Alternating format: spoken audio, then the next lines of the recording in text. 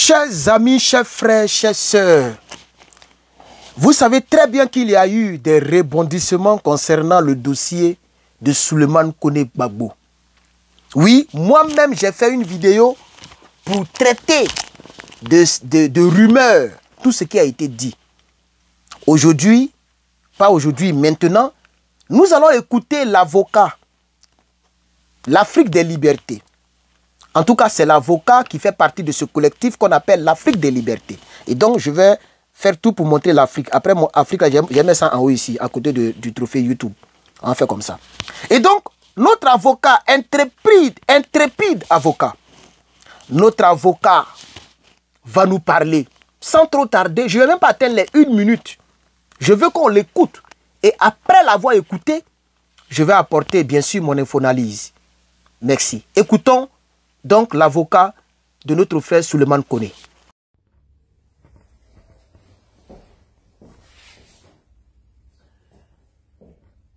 Mes chers frères de la diaspora, mes chères sœurs de la diaspora, chers parents de la diaspora, chers Français, l'Afrique des libertés.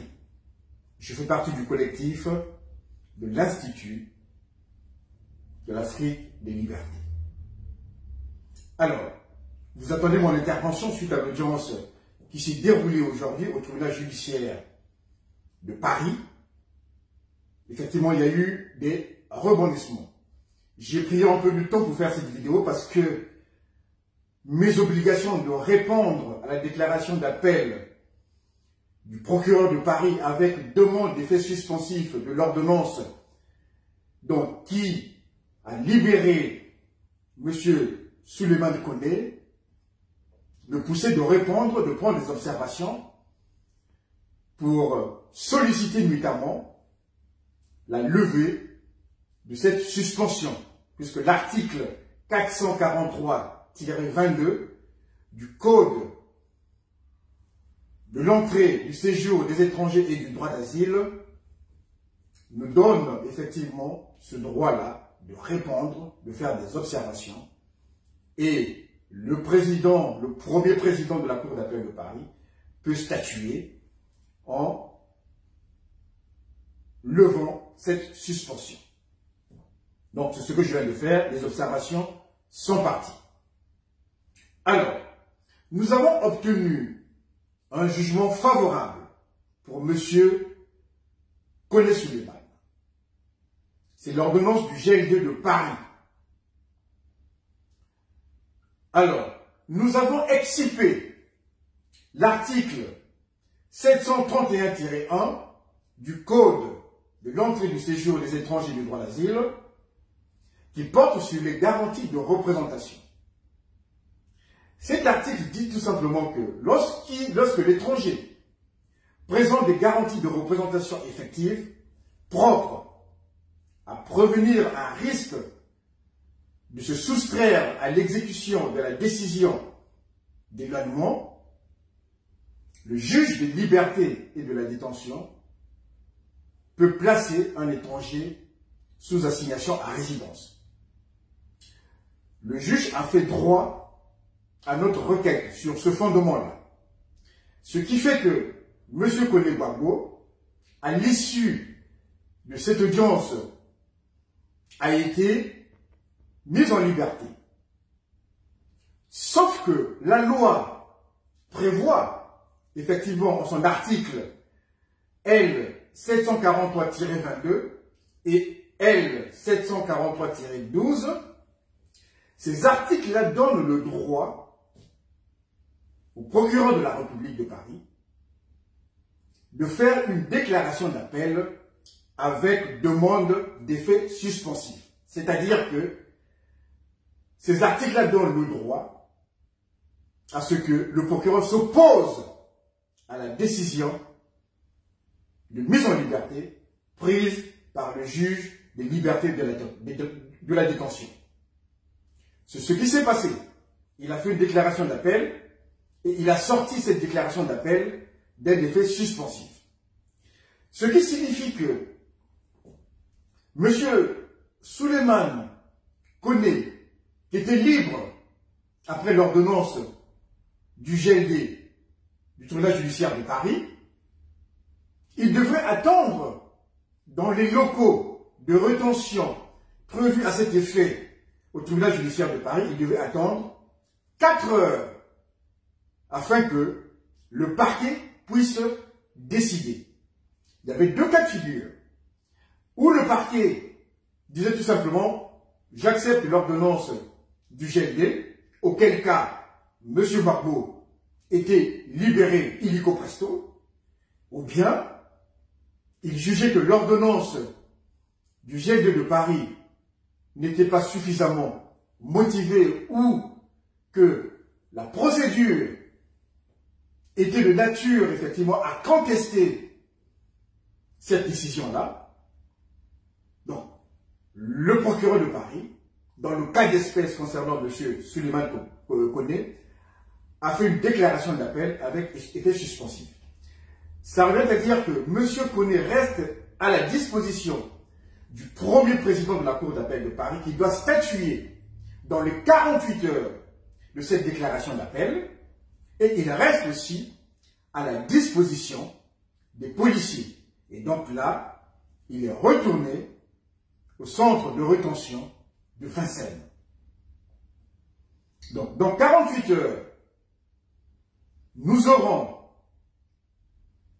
une date d'audience. Si ce n'est pas demain, ça va être après-demain.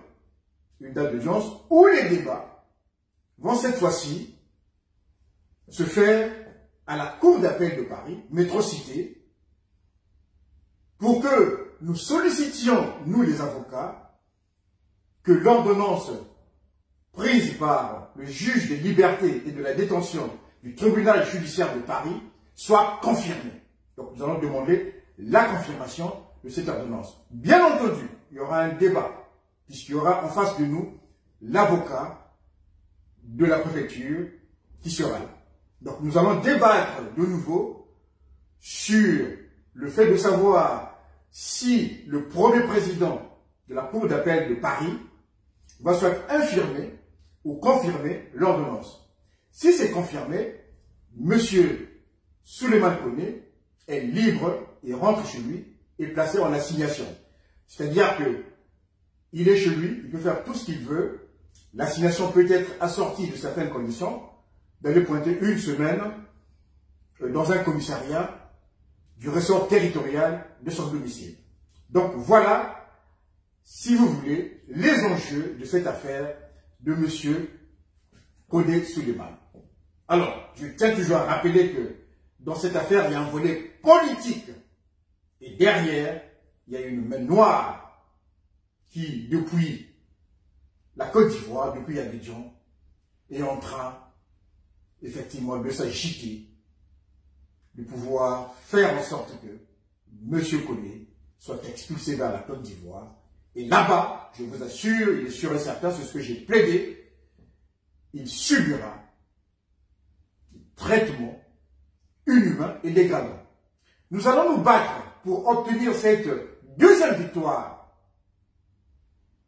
pour M. Koné et le rendre libre. Mes chers amis de la diaspora, mes chers frères de la diaspora, mes chères sœurs de la diaspora, chers parents de la diaspora, peuple français, courage, courage. Le courage, c'est la vertu des temps difficiles. Nous allons combattre et nous allons gagner. Merci. Merci. Alors, nous allons combattre et nous allons gagner. Voici les propos de notre avocat, M. Sylvain Senda, qui vient d'expliquer la situation. Ce que j'avais appelé les rumeurs, comme c'est cette main noire qui envoie leur opéro pour venir parler de cela sur la toile, ils avaient dévancé l'avocat. Ce n'était pas vraiment des rumeurs. Je voudrais m'excuser envers mon audience, puisque j'ai fait une vidéo où j'ai dit que c'était des rumeurs. Parce que, étant un homme optimiste, je ne pouvais pas soutenir des informations venant de nos ennemis du côté d'Abidjan et des informations pouvant encore faire du mal au peuple politique panafricain, à la famille politique panafricaine de Suleiman Koné. Nous allons toujours continuer d'apporter notre soutien au vaillant Souleymane Koné pour les 48 heures, c'est-à-dire d'ici mercredi, pour que le deuxième procès s'ouvre. Puisque le président du tribunal, je sais pas, le président de la cour d'appel ou je sais pas qui, le procureur de la République a fait appel et selon la loi française et dans tous les pays d'ailleurs, il peut faire appel et ça suspend, je vais dire, la police peut toujours garder l'individu, le monsieur. Donc, en français terre à terre, notre frère Koné Souleymane est toujours retenu au centre de détention. Notre frère Souleymane a toujours son dossier pendu. Il faut encore une autre procédure pour que les juges puissent encore délibérer. Et cette délibération sera définitive. Et nous savons que nous allons gagner. Nous savons que nous allons gagner. Que Dieu bénisse l'Afrique. Beaucoup de courage au frère Souleymane Koné. J'ai vu plein de messages que les gens m'ont envoyés par email. Et on nous traite de victoire de courte durée.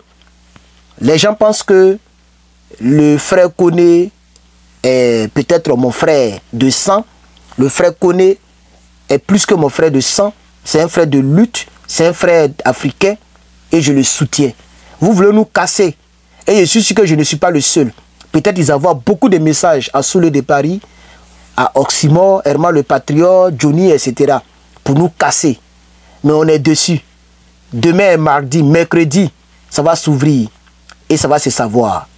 Que Dieu bénisse tous mes abonnés. Et je m'excuse encore de vous avoir dit que c'était des rumeurs. En réalité, ce n'était pas des rumeurs. Notre frère est toujours au centre de détention. OK, pour 48 heures. Merci beaucoup.